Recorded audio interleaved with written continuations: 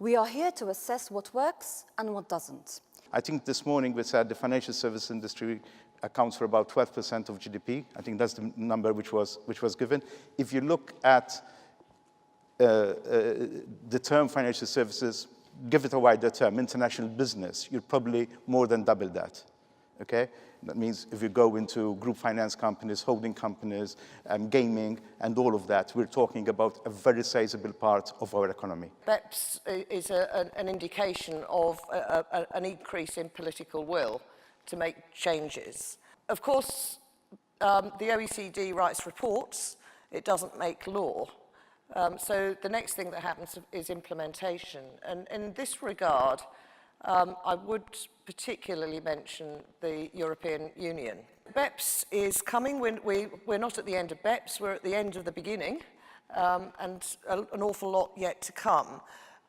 Malta, I think, will be keeping a very close eye on this. I know that they're having a think about the possible BEPS implication on the imputation system.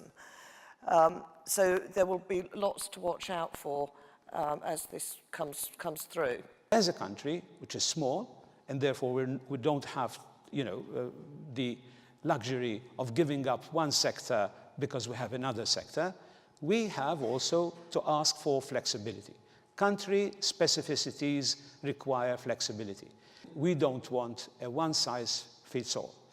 And also, finally, we don't want this to be an excuse for big countries to bully lighter taxed countries by introducing a minimum level of taxation. We're against that.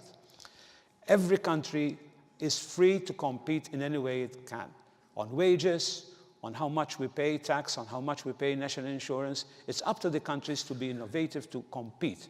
Its own affairs is its sovereignty and it's within its competence. Now, clearly, the industry is being shaped by regulation, and we're seeing that insofar as financial services operators are concerned, they are boxing their business and operation in models to fit regulation.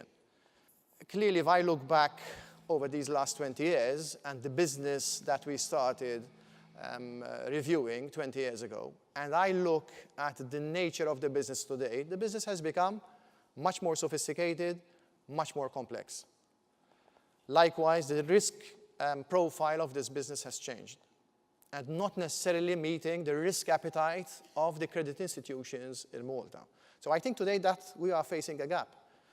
And there are credit institutions, and I come from one of them, that have defined their own risk appetite and are not ready to take certain business, which may be taken over by credit institutions.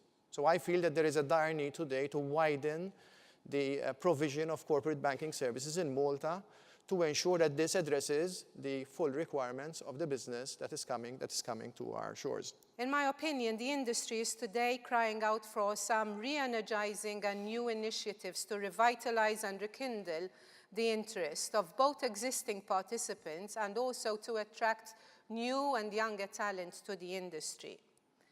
We need some headline-grabbing initiatives which will excite and propel people to turn their attention to this industry. Compliance and transparency is a big thing. A lot of the financial services sector is not yet providing that to their users. So I think actually if you can provide services that are transparent, compliant, easily understood, and the information and data that is being provided is what's needed to provide that. So I think the people who can make a real piece of progress on that will get in front.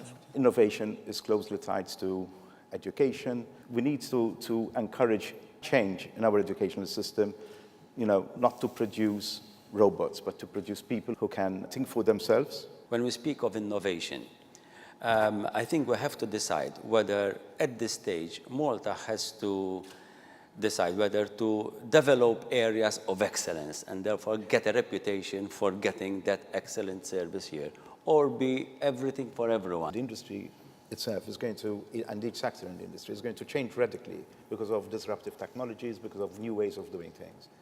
All of this taken together is what next, is we should be looking at what's happening and what's likely to happen there to prepare ourselves and to be in a really good place to compete. Why is the economy doing well?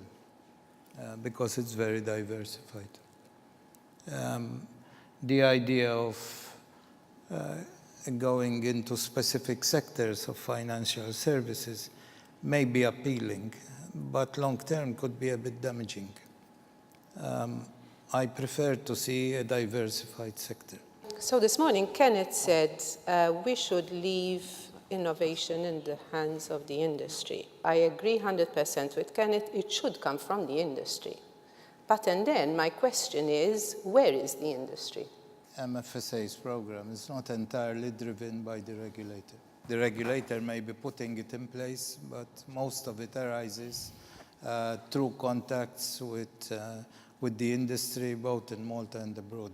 I think we have to have a broad look at what we're doing and learn how to do it better.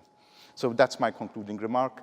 And finally, again, underlining the importance of innovation.